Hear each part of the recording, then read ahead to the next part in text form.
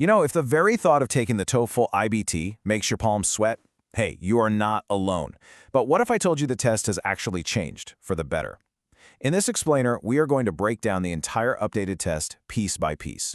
My goal here is to help you walk into that test feeling way more prepared and a whole lot more confident. Ready? Let's do this. Okay, so think of this as your own personal guided tour of the TOEFL.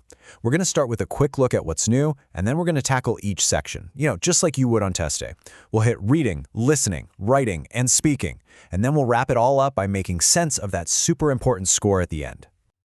So what is the big deal with the updated TOEFL?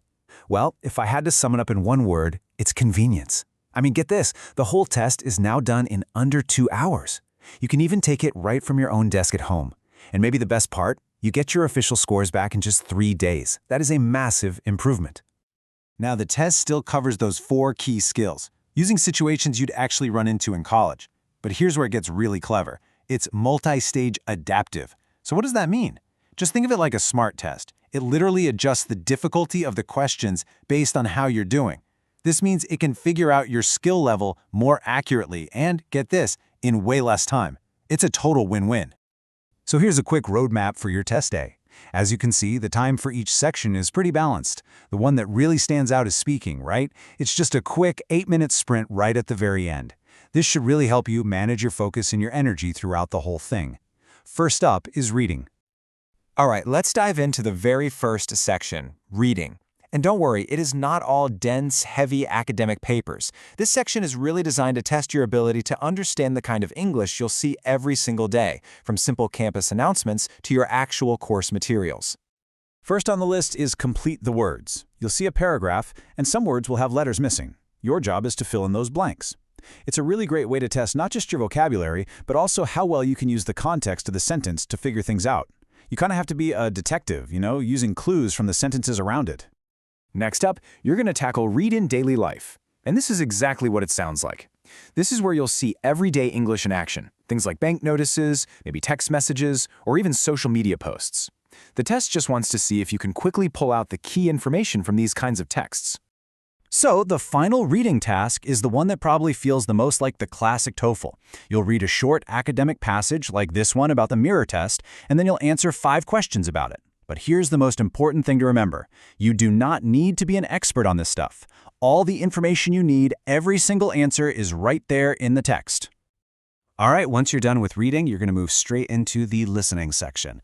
And just a quick heads up here, you're going to hear speakers with a few different accents from North America, the UK, and Australia, which really just reflects how global English is today. The listening section is broken down into 4 parts. You'll start with hearing short questions and choosing a response, then you'll listen in on a conversation, and then you'll catch the details of an announcement.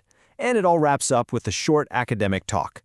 It's actually a really good simulation of all the different kinds of listening you'll be doing at university.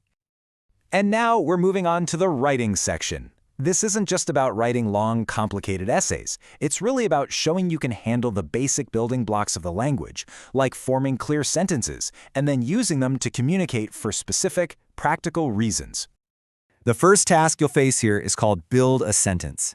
It's basically a fast-paced check of your grammar skills. They'll give you a bunch of scrambled words, and you have to put them in the right order to make a good, coherent sentence. It's kind of like a mini puzzle, and you got to solve it quick. Next up, you'll put your writing skills to a very practical test with the write an email task. You'll get a scenario, like needing to contact a magazine editor about your poetry, and you'll have 7 minutes to write an email that gets the job done. This is all about real-world communication skills.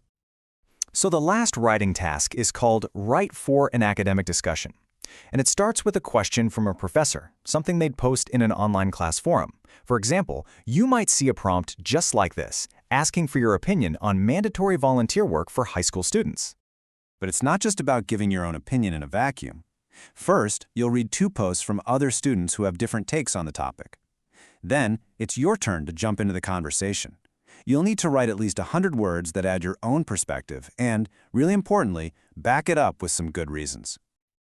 We've made it to the final section of the test, speaking. This is the home stretch. It's the shortest part by far, at only about 8 minutes, but it is a super critical opportunity for you to show that you can communicate your ideas clearly and effectively out loud.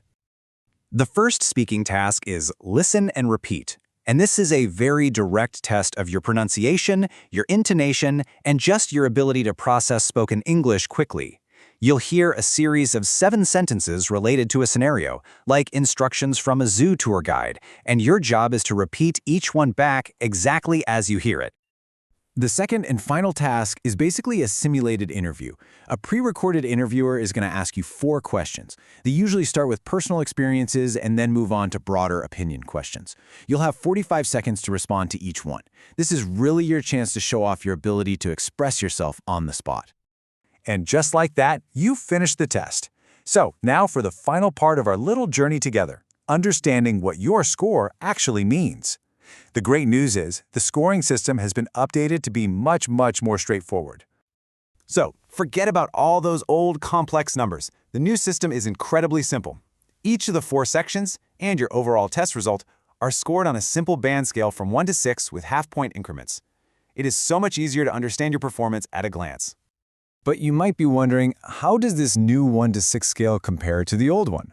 Well, this table shows you exactly that. It's basically a translation guide, so universities can easily see how a new band score, let's say a 5.0, lines up with the previous scoring system. This just makes sure your score is understood by everyone, no matter which system they're used to.